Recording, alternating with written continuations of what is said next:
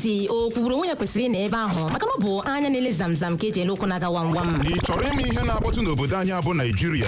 Onye kwuru nke o kwuru na onye mere nke o mere. Mgbanwanna jiri nnọọ nwayọ sonyere Uchenna Clever Ọnụọha nwa gara ma ya zụziri nke ọma na nwaada nwoke ọcha Clara onye eze mkpọga n'ihe omume nzukọ ume Igbo na Eko 100.7 ma o jiri ala nkeji 30 elekere 7 nke ụtụtụ site n'ụbọchị Mọnde ruo ụbọchị Fraịde ọbụla ka ha nwee ike gwazie gị o ziri mee.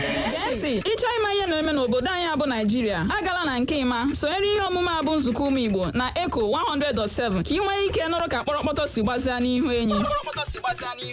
Ngwa jezie gwa ndị ya adịghị.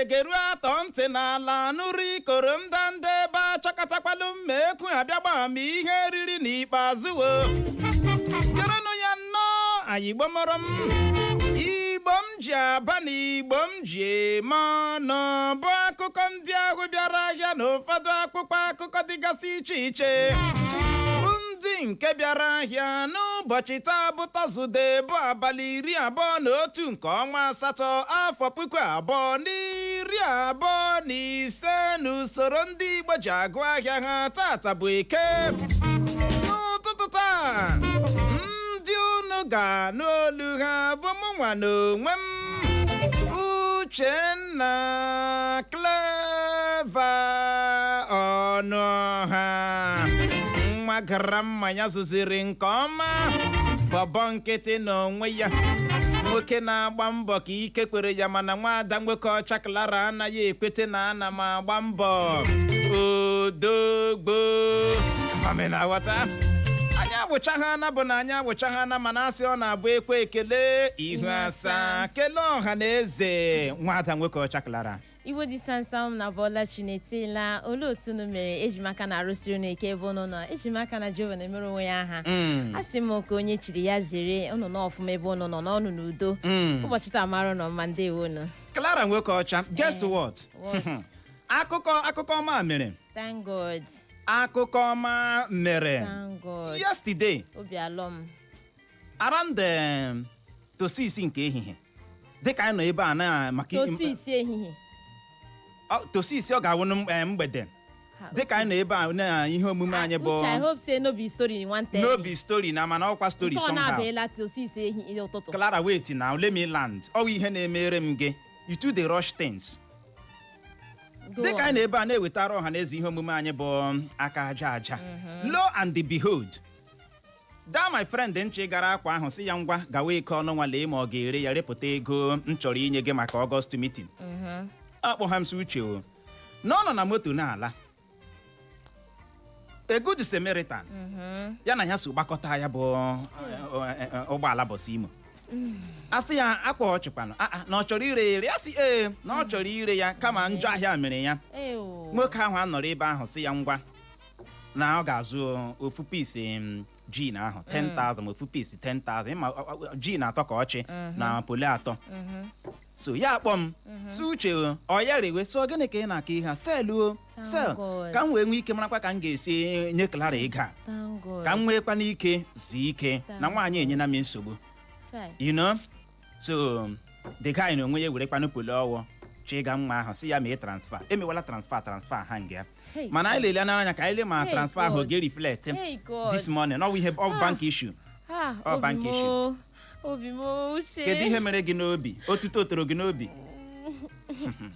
uche ihe kọgide m na-esi Chineke eme na Chineke eme ndekwa nke bụ bank issue again Chineke eme na bank issue ihe a na-resolve oge na-adịghị anya enwere ike otu amụ na gị na-ekwu ugbu a tenenem ebe n'ekwentị the guy uche why go get come every time your thing go get come why o nwere akụkọ ọjọọ dị n'akụkọ nkọrọ gị o nwere akụkọ ọjọọ dị n'akụkọ ọjọọ why bank go get issue now when you want send me this money o wee normal thing now bank dey get issue don't worry emechi ugba ka mụ na gị soro gaa bank ọ ihe ị ga-ekwu ka mụ na gị soro ụdịrị okwu kwesịrị isi gị n'ọnụ apụta ka anyị soro zọrọ ụkwụ tem gawa bank ka nga mara ihe mere bank a ji sizie ego ahụ ji ha nga ego ahụ nsogbu adịghị anyị ga-aga ya mụ na gị ga-eso aga ka anyị gaa bank mara ke n'ihe ji nkịta ọnwụ ọzọ dị ka ibe ya wee bụrụ achọrọ m ikele gị maka okpu gị a okpu ị gotere m ya na bid a ishigobuziela klaụ dị ka isi mbara bukwu n'abalị o ịmana abakọrọ abara na-erizinikwa ya bụ ihe maka na ya na okpu ahụ na-amachizi somehow ya na okpu ile anya nwere ihe dị iche n'ụtụtụ a o nwere ihe dị iche mere m bịawa otu a ma ewerekwa okpu ahụ kpukwasa bid ọma gị a kelee m ọzọ ị gotere thank you so much kelee m ọzọ thank you so much ahụ rụrụ nwaanyị ọma nwaada nwoke ọcha Clara onye ọnụ ụgba ọ dị egwu ndewo thank you so much ọ dị ka anyị gbapụ ya ọsọ jekọọ n'ubi onye anyị bịara na nke ya gee ntị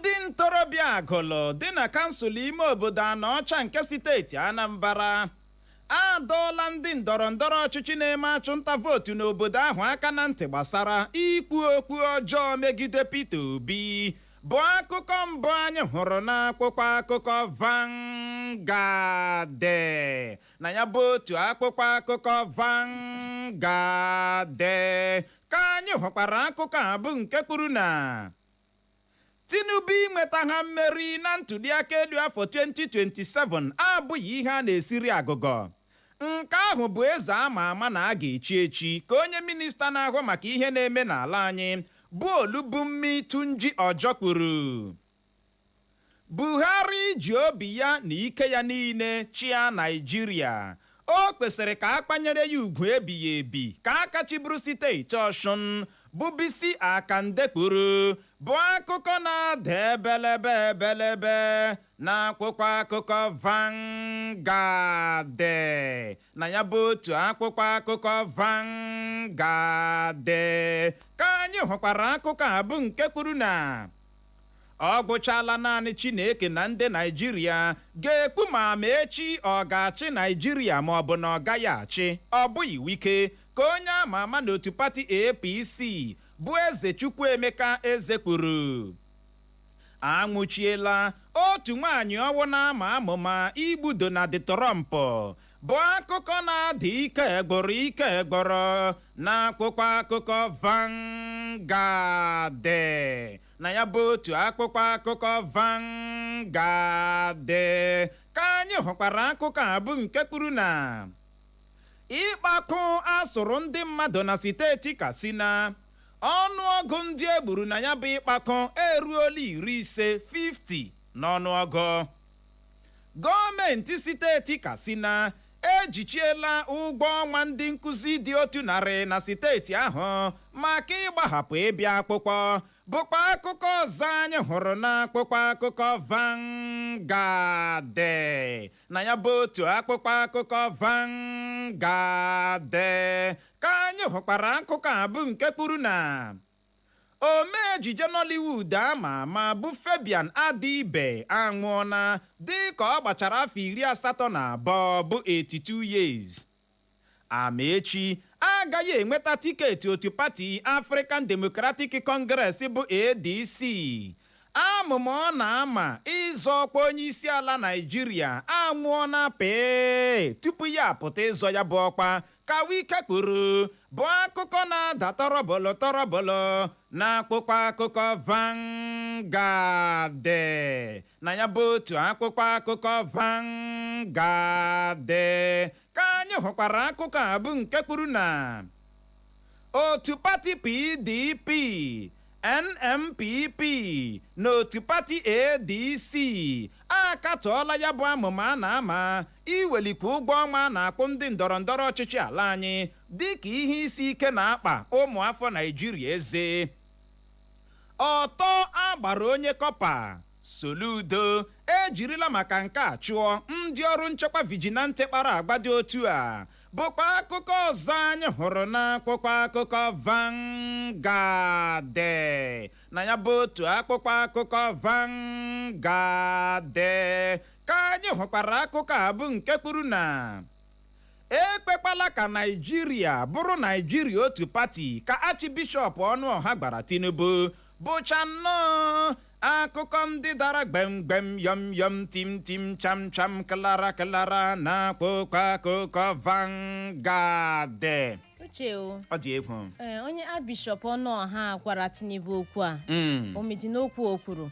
Ile ka ihe si agaga na Naịjirịa dịka otu pati. Mana ọ kwesịghị iwu ihe otu pati. Ị na-aghọta? Ọ bụ eziokwu na ọ pati dị otu a nọ n'ọkwa ọchịchị mana ọ kwesịghị iwu ihe otu pati. Emenyere nwa ogwugwu, emenyere nwa anọsi ike. Mee ihe nha ya na-aga aga. Ịma asị onye na-enweghị onye ndụmọdụ o nwere ka ndụ ya na-esi adị. Ịma otu pati ọ bụrụ ma enwe ọtụtụ pati n'obodo ọ ga-eme pati nọ n'ọchịchị akpachapụ anya, kpachapụ ezigbo anya. Amami na-aghọta pati nke ọzọ ga-adị na-akọcha ha na-akọreti ha opposition party na-arụ ọrụ opposition ha. Ya bụ ihe ị na-ahụ Peter Obi na-eme. Anything Peter Obi hụrụ ya etinye ọnụ. Ụfọdụ ndị agaghị aghọta ihe mere Peter Obi ji etinye ọnụ. Ime ụfọdụ mgbe ị nwere ike iche na ime emeteghị ihe ahụ mana imeteghị hụ ya mana abịa na-agbazi gị olu asọwa onye naanị nwụrụ anwụ ka a na-agbazi olu a na-agbazikwa onye dị ndụ olu. Ị na-aghọta opposition party ndị ahụ dị na-agwa gị imeteghị ihe ebe ahụ imeteghị ihe ebe a gị nwee ike na-esi iti ọp gị nwee ike na-emete ya ka ọ dị. Soludo ejirila maka ọtọ agbara onye kọpa lee ndị ọrụ nchekwa vigilante kpara ya bụ agba chụọ ha si ha lawagodo ụlọ ọsọ akịgo ha kwe na-aghọta ebe niile agaala jọm.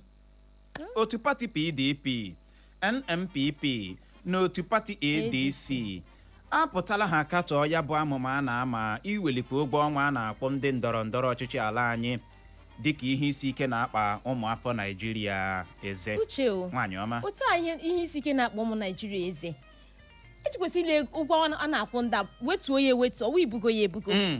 Amami ghọtara ekonomi anyị dị very bad. Ọnọdụ akụ na ụba anyị nwere ka o si ada ihe isi ike akarị akwala ọ karịrị akarị ka ele ndị nke a wepụta ihe a ka etikwanụ na nke ndị ọzọ nekwanụ ma ha ga-ekutetu ne ma ha ga-eritu nri ka dị arịtụ. Nwada nwoke ọchaklara ya bụ okwu ya ka anyị ga-etinyeke n'ọnụ na ụtụtụ a. Ịma asị asọkata eze arụrụ ala anya otu ụbọchị ekpuru nkata n'ihu gba ya okwu. Biko ị ga-agbalị soro anyị tinye ọnụ n'okwu a. Gaa na Facebook anyị, ị garuo na Facebook gị jiri nwayọọ taịpụọ Eko FM kliki ịkpam ka ị wee nwee ike kiriwe anyị. Amami na-aghọta nwekwana ike zibata ozi gị gbasara ya bụ isiokwu anyị ji n'aka na ụtụtụ a.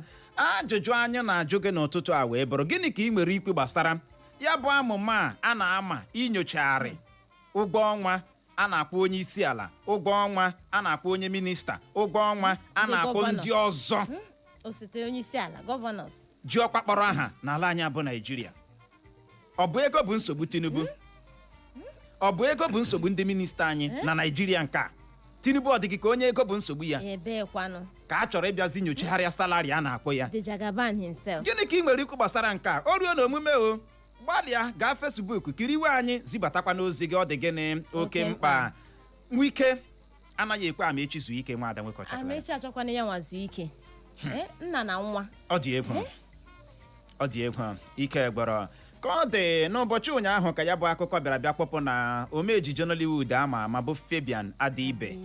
Ya bụrụ ndị lere Things Fall Apart ihe vidio Things Fall Apart ị ga-amata nwoke a na-ekwu okwu ya. ọ nwụọna dịka ọ gbachara afọ 82 82 years ọ kaala nọ ọ gbalịala n'ọnọdụ ugbu a ndị mmadụ akarịgo otu a na-ebe ọ gbalịala o gwuturu aka ọnụ 82 years ka mkpụrụ obi ya zuo ike na ndokwa o wee bụrụ ya Clara ya bụ mwakpo asị ndị ogbu egbe wakporo ebe ndị okpukperechi alakụba na-anọ efe ofufe gbagbuo mmadụ 13 ọ bụ ihe anyị kpuru yesterday mana o ruola 50. Chineke ekwekwala na ihe ọjọọ o ruola 50.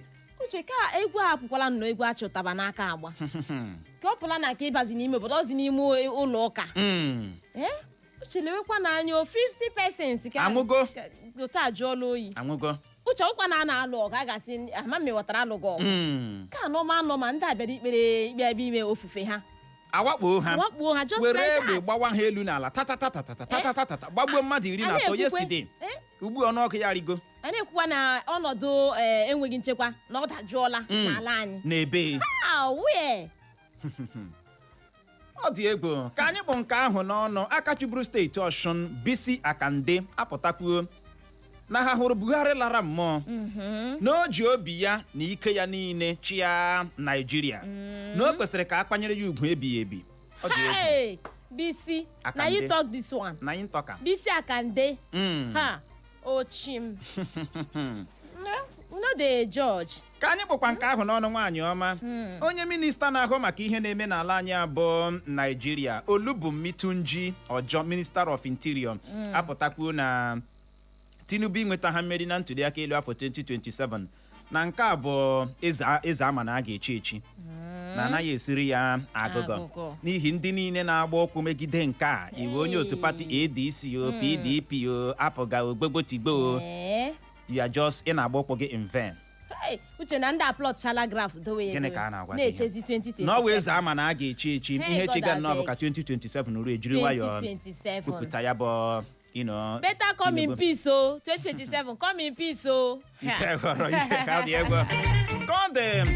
ndị ntorobịa agụlụ dị na kansụl ime obodo Anaọcha nke steeti Anambra adọọla ha ndị ndọrọndọrọ ọchịchị na-eme achụnta vootu n'obodo ahụ aka na ntị gbasara ikwu okwu ọjọọ megide gịnị Peter Obi asị hụkwara ndị ndọrọndọrọ ọchịchị ndị a politicians ndị a na-eme kampen emere ya abịa n'obodo agụlụ gị na-akọcha Peter Obi nke a mekwara nke na gị kpachapụ anya ịbụrụ a politician na-eme ihe a be careful gbado anya ndị agụlụ sị ha agaghị ejizi anya ọma ele ụnụ ọ dị egwu ka anyị mee anya ka onwe ihe anyị hụrụ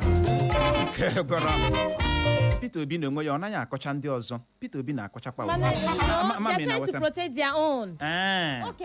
ndị ọzọ na-protect onyeisiala mana ị kwesịrị ịghọta na ihe nọ na kampen Clara nwoke ọcha nga n'obodo gị ime kampen believe you me aga m eru ebe ahụ sị ahụrụ nwaanyị ahụ a na-akpọ Clara onye ọnụ ụgba unu chefuo ya ọ bụ ihe mege bụ m kemgbe you don't start the campaign here since ọ ihe ngaji ikwu mweli aka elu gị si mba m weliri okwu so onye wụ Clara nwoke ọcha ụnụ anwakwala taa chefuo na ya wụ onye ọnụ ụgba ọ ya wụ ụtọ kampen nkọcha wụ ụtọ kampen akwa ihe m ga-eme ma m gara obodo gị ka a na-ekwu ihe a nwa ma agara obodo ndị obodo m ndị obodo agụlụ ọ bụ ndị obodo agụlụ tie ọnwa ahụ apụta aga m azọ otu agụ na-eche azọ mbe zọpịa ya ama azọpịa gị ị nwa ga-azọpịa m ị na-ekwu ị na-ele m anya n'ihu ị ga-azọpịa m imefu ya ọ dị ego ka ọ dị ka anyị gbapụ ya ọsọ nyonyeke n'anya na akwụkwọ akụkọ Daily Post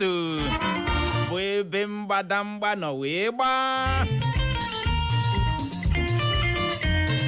chefuo na ihe merenụ na ntụliaka elu mmegharị by-elections emere n'ụfọdụ steeti dị n'ala anyị ndị Naijiria ga-emeri otu pati APC na ntụliaka elu afọ 2027 ka otu pati PDP suru aka n'ala ma dee n'ire bụ akụkọ mbụ anyị hụrụ n'akwụkwọ akụkọ Daily Post na ya bụ otu akwụkwọ akụkọ Daily Post ka anyị hụkwara akụkọ a bụ nke kwuru na enweghị ọrụ na ụbịam bụ ya na-akpata ọnọdụ enweghị nchekwa ka Peter Obi kporo n'ihi mwakpo ndị ogbu egbe wakporo ụlọ okpukperechi ndị alakụba dị na steeti Katsina gbuo mmadụ 13 ozu ha yasara anyị ji anya anyị abụọ hụ ebe otu pati APC ji ego azụrụ vootu karịa ndị otu pati ọzọ ka onye ama ama na otu pati African Democratic Congress bụ ADC bụ Ibrahim Mani kwuru bụ akụkọ na-ada ebelebe n'akwụkwọ akụkọ Daily Post na ya bụ otu akwụkwọ akụkọ Daily Post ka anyị hụkwara akụkọ a bụ nke kwuru na aha Peter Obi na-ekwo ekwo na ndọrọ ndọrọ ọchịchị ejila nwayọọ na-adanyụ ka ọkụ ka otu Labour Party na steeti Lagos kwuru.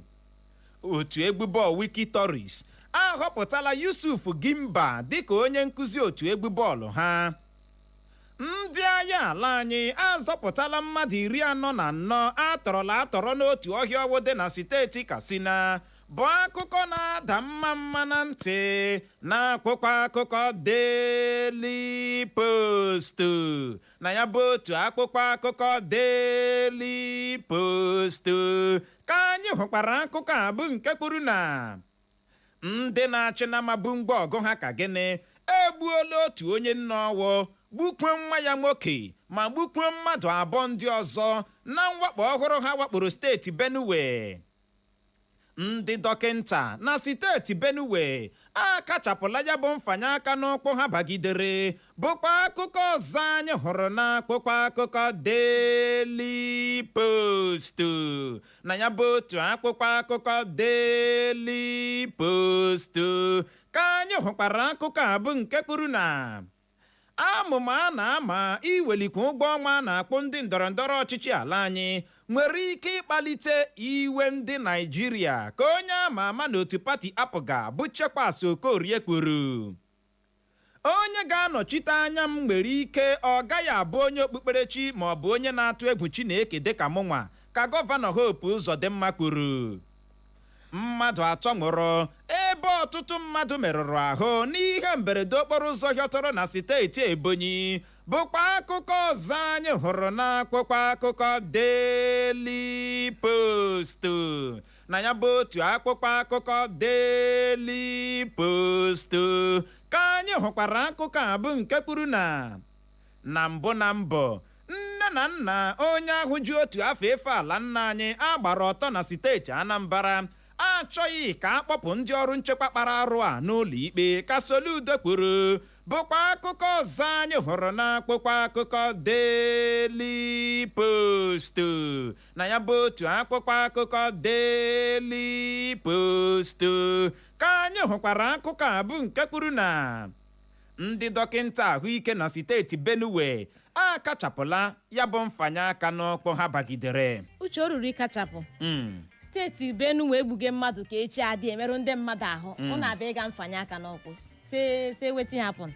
Ọ dị egwu iwe ha ga-abụ na akwụ ha ụgwọ o nwere ihe ọzọ ụgwọ mana ha gala maka na akwa mami ghọtara a ga na-azọ ọtụtụ ndụ ndị mmadụ azọ na ya bụ steeti Ibe na ebe m na-arụtụ aka ị na-aghọta ndewo na-agbalịala kachapụ ya. Ọ dị egwu nwaanyị ọma gọvanọ steeti Imo Ọnwa Oyoko nwoke na mma chapụrụ achapụ isi na-ekpe nwam ka ọ kpụgbara eluigwe uche anwụ ke ya n'isi ahụ ya na-eme vam ya na-amụke vam as bright as uche ọ dị ka ihe ga-aga ikpu isi gị ahụ ọmụnwa ikekwe akwụ ya maybe ka ọ dị ya bụ Ọnwa Oyoko apụtala kwuo na onye ga-anọchite ya nwere ike ọ gaghị abụ onye okpukperechi na o nwere ike onye ahụ agaghị dị atụ egwu Chineke dịka ya nwa ndị Imo amịkasị anya dịka ọkpụ nke ahụ n'ọnụ ya asị ọwụ ya nwa ga-eji aka ya họpụta onye ga-anọchi anya ya Uzodimma kwuru ya gbom na ọwụ ya nwa ga ahandi pik n'aka otu a handi pik Clara igbukpọ m anya ị ga-alụ m agwara m gị eziokwu ịnwa anwa adụkpọ m anya n'ụtụtụ gị nwa igomara imi ịmaọbụ ihe eji agwa anyị na nwata na ịkụkpọ nwaanyị anyị ga-alụ ya ama m edekwa wee n'ihi ya kpachapụkwa anya ị na-emekwala handi pik egwunyekwala m aka n'anya ị chọrọ igbukpọzi m anya nọ maka na ị chọrọ izi m handi pik Hope si na ọ bụ ụzọ ya nwa ga-ahọpụta ọkwaịla aghọta na onye ọbụla ga-awụ sọsesọ ya nwere ike the person awụ dị onye okpukperechi o nwere ike the person agaghị atụta egwu Chineke ka ya nwa ọ ga-awụ na onye ya mala ndị Imo anọrọ otu a na-ele ya It's all right. With the look, we know the judge. Hey, Ike gboro. Ike gboro. Ka dị onye ama n'otu pati African Democratic Congress bụ ADC bụ Ibrahim Mani apụtala kwuo na ha ji anya ha abụọ otu a hụ otu pati APC korokoro ka ha ji ego azụrụ vootu karịa ndị otu pati ọzọ. Ọ naghị aga agụ na ndị otu pati ọzọ azụghị. Ndị otu pati ọzọ zụkwara ahụ. Mana ego ndị APC bịara karịzie. Kedu ihe ị na-ekwu Ibrahim Mani? Ijikwa ahụ? Corruption na corruption. So far as you bring out money, join. Why una no do na own big? So na APC na get money personal. Na wetin you wan tell us? Wetin you wan tell us? Gina say otu party APC ha ji ego zụọ vote karịa ndị otu party ọzọ. Una buy abi una no buy? Una bring your own money out, abuna no bring una own money out. If say una bring, na the same corruption. Okay, no one day je no mgba akụkọ na enwere ndị zuru nke 20,000. Ị nụrụ ya? Anụrụ m ya. 20,000. Onye bụrụ ka ji gbago. Ọ ga-awụ. Because mbọ na unu 2,000. Hey. Ọ dị egwu a. Ike gwara wee bụrụ ya.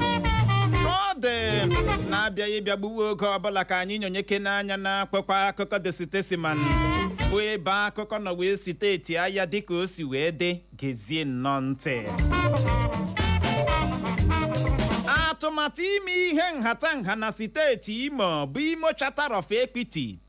Ọ bụghị mụnwa ga-eji aka m họrọ onye ga-anọchite anya m ka ụzọ dị mma kwuru bụ akụkọ mbụ anyị hụrụ n'akpụkpọ akụkọ The Statesman na ya bụ otu akpụkpọ akụkọ The Statesman ka anyị hụkwara akụkọ a bụ nke kwuru na otu pati African Democratic Congress bụ ADC ajụla ịnabata amụma a na-ama iwelikwu ụgwọ ọnwa na-akwụ ndị ndọrọ ndọrọ ọchịchị ala anyị dịka ha na-achọ ka ewelikwuo ụgwọ ọnwa a na-akpọ ndị Naịjirịa. Onye na-achị nama agbagbuola nwatakịrị nwoke ọwụ dị afọ 11 oge nama ya na-ata ahịhịa. Ọ dị egwu. Ike gbọrọ. Uche ndịkwa ya ga-agbọ ka biko nụ. Ewuriri ji nwata kpọọ ya mpi na agbịrịgba ọkpọ. Ewere nama na-atagbu ihe a na-egbukwa ndị na-akọpụta ihe ahụ a na-eme gịnị a na-atagbu. Ịnụ ha akwala ya ọzọ n'akwụkwọ akụkọ The Statesman na ọnwa oyoko ekwela na ọ bụghị ya nwa ga-eji aka ya họrọ onye ga-eme gịnị ga-anọchite ya. The floor is yours. The floor is yours. Ịchọ ịzọ ya, you come out. Me now can come out. You know? You support me, be at my back. Mụnwa ga-anọ na back gị. You support me. Aga m anọ na back gị. Yes. Ọkwa m ga-anọ na back ọwụ na front gị. No. Ọ dị egwu. Yes. Your supporter ka m ga-aghọ. Yes. Onye oti mkpu gị. Asa Ada Mekisedek ịwọ. Ọkwa ya? Uche iwu n'ohia mụ na. Clara, you are pushing me to the wall. How? Uche, no. You are pushing me to the wall. Uche, you support some na Mwe ha na nweta ọkwa. Iwu na ọkwa onye kwesị na ọwụ ya nwa gị. So ọwụ ya nwa. Now the floor is open for everybody. I can be the governor of Imo State. I can be the next governor. Ibro Imo light. Come out. Come out and campaign. You know, kwuo ka ị ga-esi achị obodo steeti anyị abịa Imo. Abịakwala anyị water fire. Ekwuchagode na ị ga-achị ekpuwe were not were zone. Ọlọ. At the end ọlọkwa. Ekwuchakwa were lot were not were. Go. At the end ọlọ.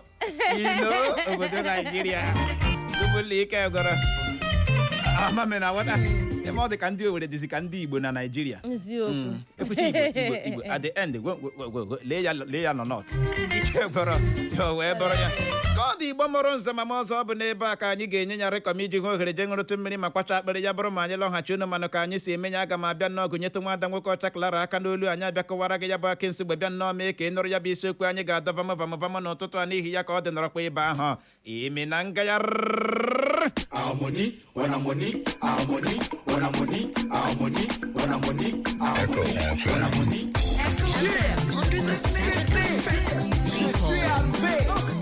Qu'est-ce que ça fait? C'est la Ghana.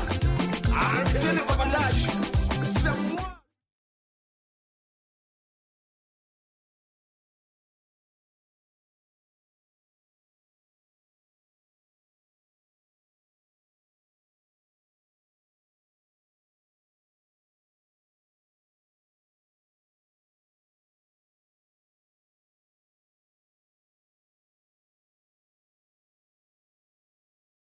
On Umoima land, Old Timber Market, situated at Wedru Road, Owerri, Imo State. The attention of the people of Umoima community has been drawn to the series of clandestine and worrisome activities over the community's above-mentioned parcel of land by some persons not authorized by the community to do so. The general public is hereby notified that the people of Umoima community has never met, agreed or consented to alienate their Umoima land to any person, entity, and particularly one Chief Emma Ugoji of Festus Hotel Limited, plot 128 Ikenebu Layout, Owerri, in Owerri Municipal Council of Imo State, or his associates, or any person acting for him or through him. In a representation dated 13th day of February 2025, the community had expressly informed the Chief Emma Ugoji that the following persons, Chief Emmanuel Ihani Mbanu, Mr. Godfrey E. Ofrom, Mr. Charles Ujoma, Mr. Uba Michael, Mr. Uba Austin, Mr. Azoma Christian Anokam, Mr. Ijoma, and Mr. John Ujoma are not authorized and thus does not have the mandate of the community to negotiate, enter into any agreement, receive any funds, or act on behalf of the community in any capacity whatsoever over the said land. The unauthorized activities of the said parcel of land by the individuals mentioned in this notice are subject matters of various litigations currently pending at the Court of Appeal, Owerri, in suit number CAOW 182-2025 by CK Oba versus Antioch American Investment and 18 others, and at the Imo State High Court in suit number HOW 116-2025 Akujobi Kenneth Onyewuchi and 4 others versus Chief Emmanuel Obinga Mbanu, Elder Godfrey Ofrom, and Elder Charles Ujoma, bearing the latter on the 19th March 2025. Honorable Justice A.N. Eloa made an injunction order barring the sale, alienation, and any other similar transaction over the Umoima community's former timber market land situated at Wedru Road, Owerri. Consequently, any person or entity dealing with Chief Emma Ugoji and or the above-mentioned persons over the Umoima land belonging to Umoima community situated at Wedru Road, Owerri, without consultation, notice, authorization, and express consent in writing of the people of Umoima community who constitute the signatories to this public notice, does so at its own risk and peril, as Umoima community has long resolved not to deal with the said land and communal heritage in representative capacity. The people of Umoima community will collectively decide on what to do with the said parcel of land in due course. Signed, People of Umoima. Elder Brendan C. Onyeneke, oldest man. Drew Lawrence Mbanu, second oldest man. Christian Kilibet Jr., head of family, Ezeofule. Akujobi Kenneth Onyewuchi, member, Echerema family. Ebere Sylvester, member, Ebere's family. Ebere Sunday, member, Ebere's family. Ebere Victor C., member, Ebere's family. Nnamdi Ebere, member, Ebere family. Michael Nze, member, Nze family. Chief Chidi Nkwopara, head Nze Nkwopara. Anuku Paul, Anuku family. Charles Anuku, Anuku family. Nkwopara Dominic, Nze Nkwopara family. Nze Osita, Nze Nkwopara family. Honorable Kemanze, Nze Nkwopara family. ASP Obinna Mbanu, Nze Mbanu family. Obinna Ofrom, member of Rom family. Ezero Miracle, member. Omondobi family. Chief Wanna Ukebu, head Ukebu family. Ike Ukebu, Ukebu family. Comrade Emmanuel Onwubiko ND, Youth President, Oyima Autonomous Community. Odu Chiagoze D, member Umozubi family. Nze Pascal Ugwanya, member Nze family. Egejuru James Umonna, Sam James, head Egejuru family. Nze Ugochukwu, Nze member. Ben Ofrom family. Reverend Canon IK Anuku family. Comrade Charles Egejuru family. Neji Ofrom's family. Ikechukwu Ofrom's family. NS Chinonso, member Nze family. Anuku Emeka Clifford, member Anuku family. Akujobi Ikechukwu C, member Echerema Akujobi family. Egejuru Emeka, member Egejuru Daniel, member Egejuru family. Nzikechukwu Kinsley, member Nze family. Egejuru Maxwell, member Egejuru family. Chedozie Nze, member Nze family. Azubike Godwin N, member Nze family. Ofrom Uchechukwu, member Ofrom family. Anokam Chichi, member Anokam's family. Anokam Onyewuchi, member Anokam's family. Oba Anthony C, member Oba family.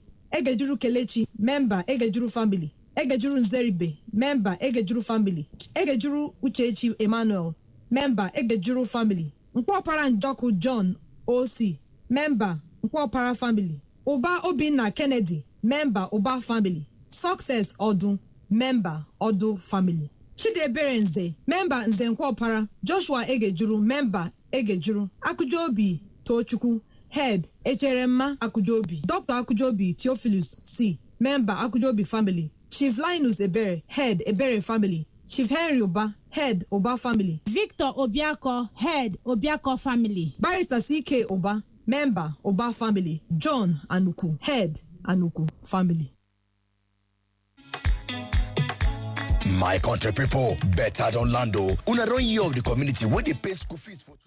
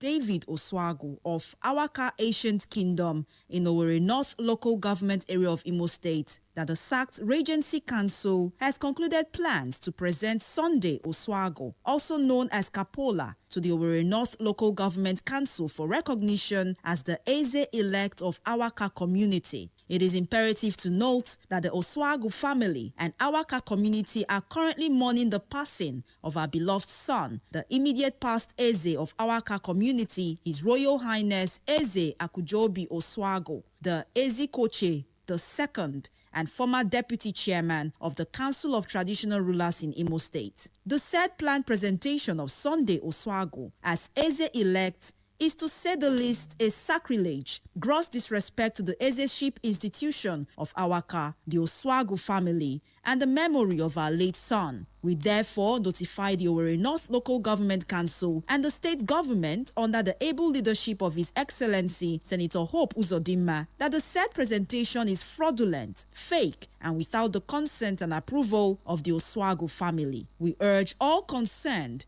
to ignore these developments. The Oswago family will, in due course, follow the traditional process to select and present an Eze-elect according to Awaka tradition and the prevailing norms within the Oswago family. Any individual or group dealing with the defunct Regency Council and Sunday Oswago, aka Kapola, in this regard, is merely mocking our late brother who deserves more than a cursory respect for his achievements in Awaka community and Imo State. We appeal to all well-meaning members of Awaka community and the general public to disregard this unguided attempt to undermine the Eze-ship institution and the Oswago family. This announcement is signed by Mr. Nnodi David Oswago, Wing Commander Sir Stevenson David Oswago, for the David Oswago family.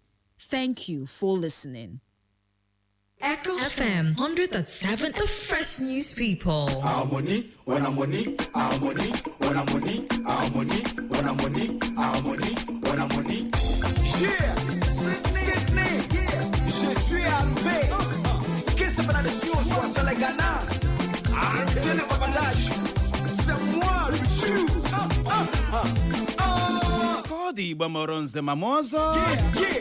Asị a na-aga na-agakwa ma a na-agarubeghị ebe a na-aga ije ka bụkwa ọgịga. Anyị alọghachiela. Mana ka ọ dị, biko gere n'ọkwa dị oke mkpa.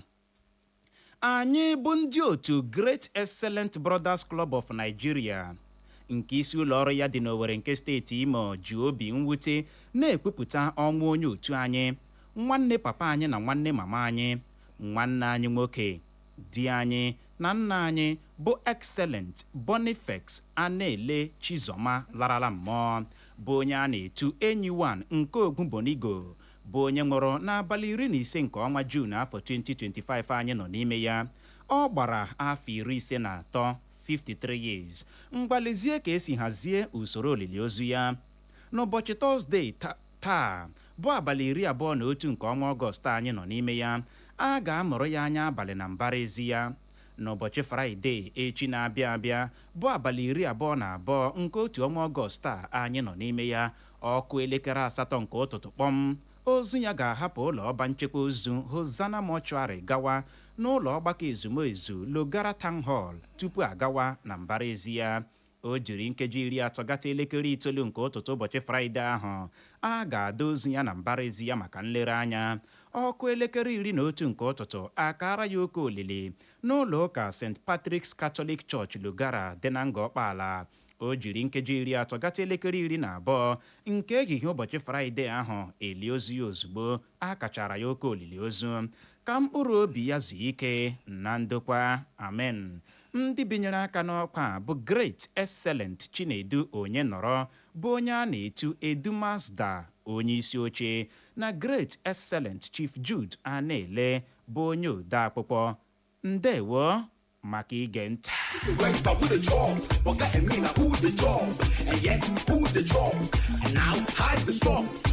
Echo FM 107, the fresh news people. I think you know Africa before, and yet we get more. Ugo, Timba, food and more. Yet we don't know we get all. Won't go deep, won't go young. We have one side. Share with you 10 years. And nowadays. Oh, on the money, Africa money, I got it up and go. Woman, they went, rich, they enjoy. I say, how we go be Joe? They got between accountant. Kọdụ Igbo mụrụ nze ma ọzọ asị ọ na-abụ asọkata eze arụrụ ala anya otu ụbọchị ekpuru nkata n'ihu gba ya okpu jukene ya huyu. N'ụtụtụ a anyị ga-eleba ya anya bụ amụma otu kọmishọn ama dịka Revenue Mobilization Allocation and Fiscal Commission RMAFC na ama ịbịa nnọọ nyochagharịa ma mara ka a ga-esi welikwu ụgwọ ọnwa a na-akwụ onye isi ala, a na-akwụ ndị minista, a na-akwụ ndị gọvanọ na ndị ji ọkwa kpọrọ aha n'ala anyị abụọ Naịjirịa. Clara Nwokeọcha, nke a bụ okwu na-eke achịcha ka ọ dị ugbu a. Okwe na-aghọta dịka onye isi oche ya bụ otu kọmishọn ama dịka Revenue Mobilization Allocation and Fiscal Commission bụ nwa amadi ama dịka Mohammed Shehu pụtara n'ụbọchị Mọnde gara aga na-ekwu na ọ dị unfair na ọ dabaghị adaba na a ga-adị na-akwụ onye isi ala Tinubu 1.5 million naira monthly ebe ndị minista na-anaghị eri ụgwọ ọnwa ruru 1 million naira na kedu ihe a ga-akụ ihe dị otu a n'ọwa otu a ka esi akpụ ha anya kemgbe afọ 2008 ruo ugbu a na ya bụ ihe ezighi ezi n'ihi ya na a ga-eji nwayọọ nyochagharịa ụgwọ a na-akwụ Tinubu, ụgwọ a na-akwụ ndị minista, ụgwọ a na-akwụ ndị gọvanọ e nwere n'ala anyị mara ka a ga-esi mee gịnị welikwu ụgwọ a na-akwụ ha ka ọ gbaa ọkpụrụkpụ o wee na-ekwusị onye CBN gọvanọ ego ole ka ọ na-eri mere ga-eji akpọ Tinubu ordinary 1.5 million. Ọ bụ ego nwe nsogbu Tinubu Clara ebekwanụ the Jagaban himself. Jagaban mgbe ọ chọrọ ịbata ọkwa just money is not a problem. Ọ dị ka ego awụwala nsogbu ugbu a. Anyị achọghị ịbịa gbuwe oge ọbụla, biko ị ga-agbalị kpọbata nwe ike tinyeke n'ọnụ n'okwu a nyeke na anyị ọsịsa gee ntị, gezie nnọọ ntị. Ihe ọ bụ oge ziri ezi ekwesịrị inyochagharị ụgwọ ọnwa a na-akpọ onye isi ala, gọvanọ na ndị minista e nwere n'ala anyị. Kedu ụdị ihe ị nwere ikwu gbasara nke a? Bulie ekwentị gị kpọwa akara ekwentị ndị a bụ 0911 20022 0911 20022 maọbụkwanụ 0707 454 1014 0707 454 1014 maọbụ gị gbalịa gaa na Facebook anyị, ịgaruo na Facebook gị taịpụọ Eco FM kliki ya kiriwe anyị live, zibatakwa n'ozi gị gbasara ihe ị chere gbasara ya bụ isiokwu a anyị ji n'aka. Ihe ọ bụ oge ziri ezi ekwesịrị inyochara ụgwọ ọnwa a na-akpọ onye isi ala, ndị minista na osote ya. akwa ị na-aghọta nakwa ndị ọzọ ji ọkwa kpọrọ aha n'ala anyị abụọ Naijiria. Kedu ihe ị chere gbasara maka nke akpọbata tinye ọnụ n'okwu? Ị bọọla chi ya ewo nke a kụchapụla ọ n'ebe ahụ. Bọọla chi nwa Chineke. Ụtụtụ ọma.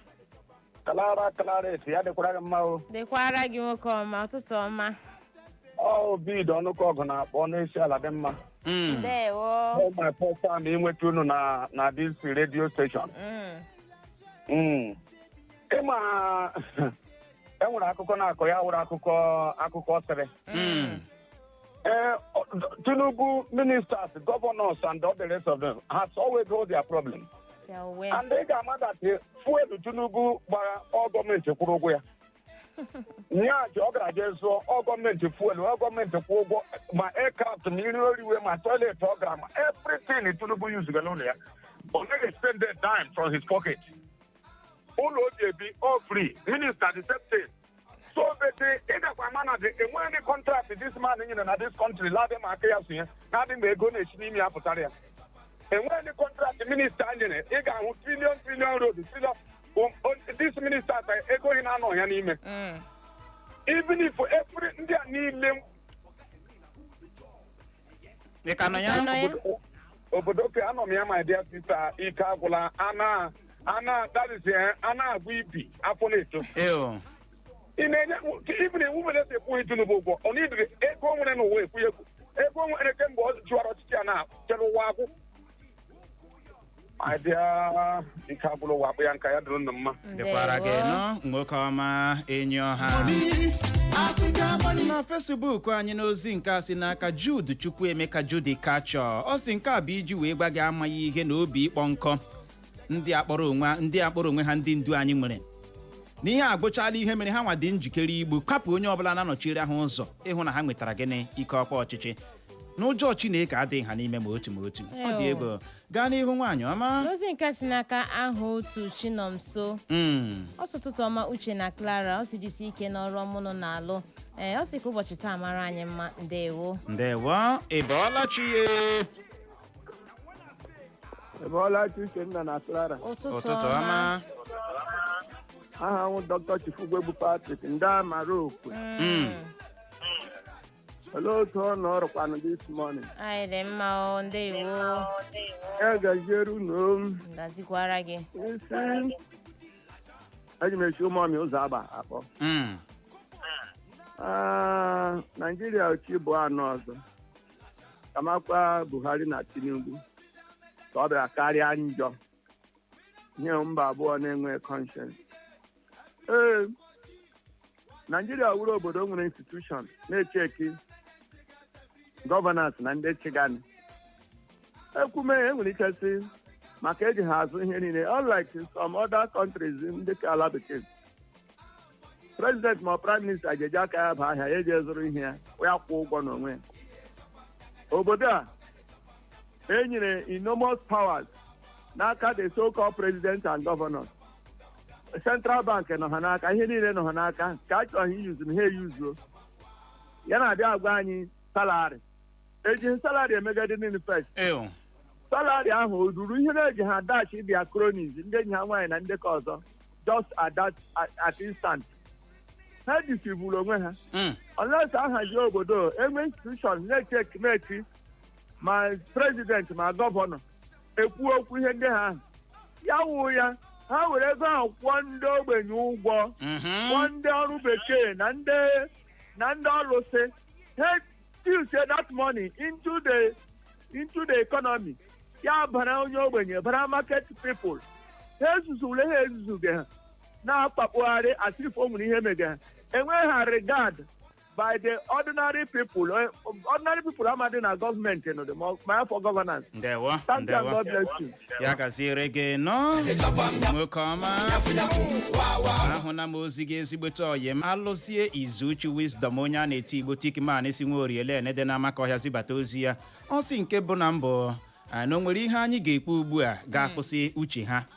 Nke abụọ ihe ọzọ anyị ga-anọ bụ na obidogo. Nke atọ na ndị obi tara mmiri na-agbanyeghị agụrụ ji obodo anyị aka ọ ihe ndị ndu anyị wụ. na tupu ha abịa nnọọ mee ka anyị nụrụ ihe a na otu elegharịa malitere ya ọ sị ka Chineke mezie okpo gaa n'ihu nwaanyị ọma. n'ozi nke si n'aka Ifeanyị Agha ọ sị bịa nnọọ bịa tinyekwa ego n'ego a na-akwụ onye isi ala na ndị ndọrọndọrọ ọchịchị ndị ọzọ na-ekwesịrị ka akatọ nke a wit ụtọ ụla ga-adị ha ya ga-eji akatọ ya na akatọ ya na nke ozi n'ime isi road ịhụkwa ego n'elu ego agha Ifeanyị si Ekwulọbịa ịgbalịala zibata ozi. Ọ dị egbo ahụla m nke gị dadije osi ọgbakọ ọ sị nke a bụ ihe ndị oyibo na-akpọ shared wickedness na o kwesịrị ka aka tọọ ya maka na anyị agaghị abịa na-ekwu inyochagharị ụgwọ a na-akpụ ndị onye isi ala ndị minista na ndị gọvanọ ebe ndị Naijiria ji eze ekpe ekwere ọkwa ị na-aghọta ọ sị kedu dị mgbe obodo anyị abụ Naijiria ihe ga-ebido gawa ka o kwesịrị ịga. Nke a bụ ajụjụ dadijo na-ajụ n'ụtụtụ a. Ị bọọla chi ye ewo nke a kụchapụla ọ n'ebe ahụ. ụtụtụ ọma ya Uche Odogwu na-epe mpe ya gaziere gị n'ọgbapụ ya ọsọ gwa anyị aha gị na ebe isi na-akpọ. Mewo Prince Nwachimeremeze calling from Irete. Here my first time caller. Ana m ege redio ọnụ ma gị ma Clara nọ na-agbalị. Ndewo. Ihe ekwughị ịmana ndị ọchịchị ha achịgbuola anyị elekewo na ihe salari ha nkiri anyị nwa akwụkwọ na citizen elekwana ihe ha ga-emere anyị aghọtaga m ihe megenụ ịma beti anyị si Chineke ga-echọpụtara anyị onye ndu ahụghị onye ọchịchị onye anyị nidiziri ndị ọchịchị ihe nidiri onye ndu asụ na ya gaziere ọnụ mara ọnụ mma ya gawakwa n'ihu ya gaziere gị nọ nwoke ọma. ahụla m ozi gị n'ụtụtụ a Dr. Mrs. Mmaole Barasi Owere ọsị amụma a na-ama iwelikwu ụgwọ ọnwa a na-akwụ onye isi ala ndị omeiwu na ndị minista na nke a bụ iji wee gwa gị amaghị ihe ndị ndu anyị n'oge ihe isi ka ndị Naijiria ji eze ekpe ekwere ebe ndị ọrụ a na-akpọ ha gịnị nchọnchọ ego na anyị na-atụ n'anya na ha ga-abịa nnọọ belatatụ ukwutukwu ego ha na-amaburu ọkwa ị na-aghọta ego ha na-akpọ ha oge anyị nọ na-etụ anya ka bebelatatụ ego a ka a bịara na-ekwu okwu ịbịa nnọọ nyochagharịa salari ha. ọ sị ọ bụ ihe mwute ọ bụ ihe mwute na ndị ndu anyị ahụhụ anyị na-ata anaghị emetụta ha na gịnị na ahụ na ma otu na ndị enweghị obi mmadụ ọ sị tụfịa akwa ya gaziere gị nọ Dr. Mrs. Mmaole Bara ya bụ uchere obi gị adaala ụda n'ụtụtụ a. Ị bọọla chi ye ụtụtụ ọma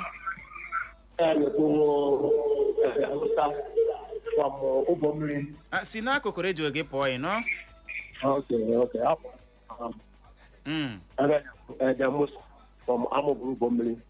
Ndewo.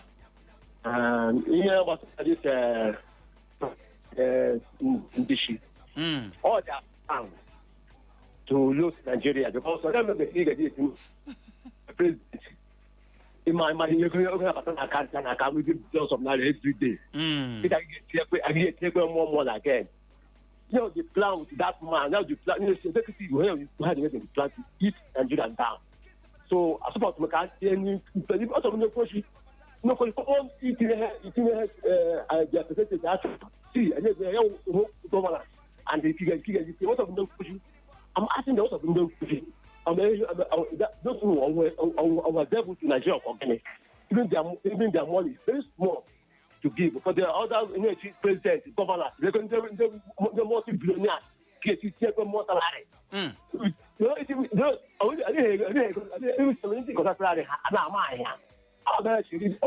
Their own money.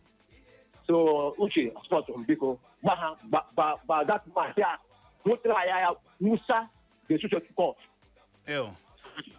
Ọ dị egwu ya gazie gaa n'ihu Clara na Facebook anyị. N'ozi nke si n'aka Ngọha Olivia ọ sị ka ihe anyị na-adọgburu onwe anyị ka ihe anyị na-eri anụ onwe anyị n'ihi na a chọrọ iwelikwa ego a na-akwụ onye isi ala na ndị ọzọ.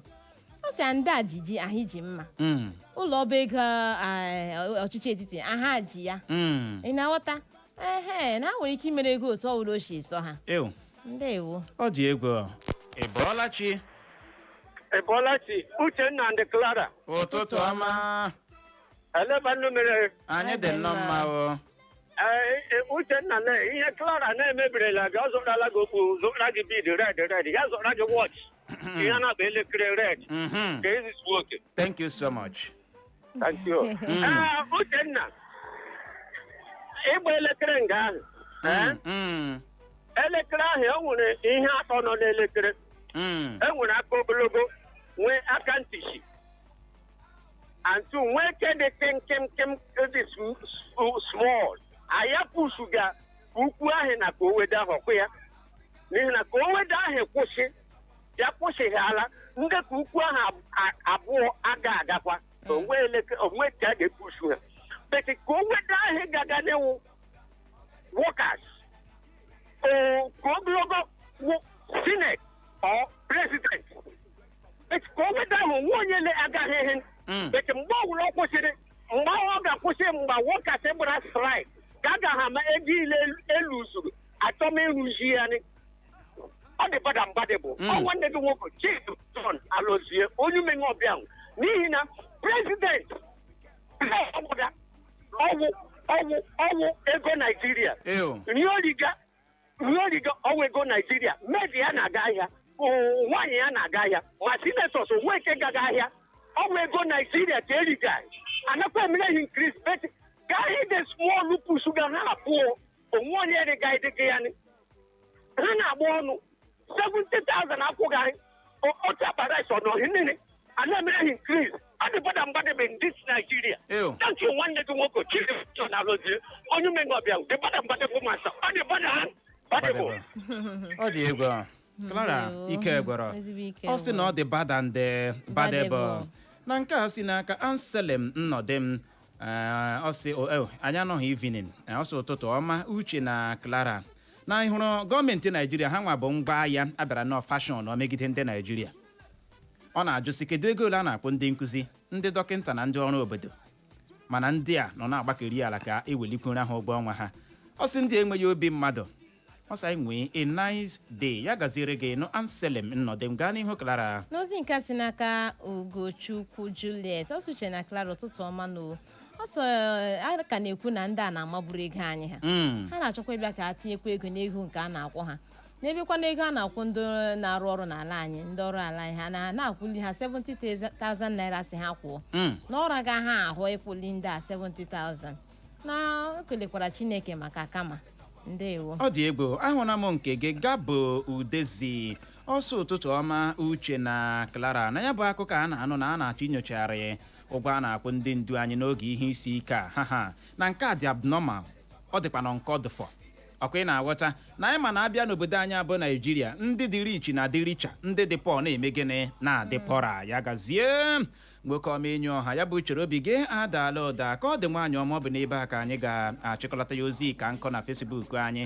lee n'ozi lee ka ọha mana anyị sowe ya bụ otu ọgbọnọ lee ka anyị ga-arahụ n'ukwu adọ ebe a ka anyị ga-achịkọlata mana anyị chọrọ iji ohere a mee ka ndị Nazi dị na kansụl ime obodo Owerri North nke steeti Imo ghọta na oje zuru obodo ga-ada n'obodo ha n'ụbọchị Satọde nwanne echi na-abịa abịa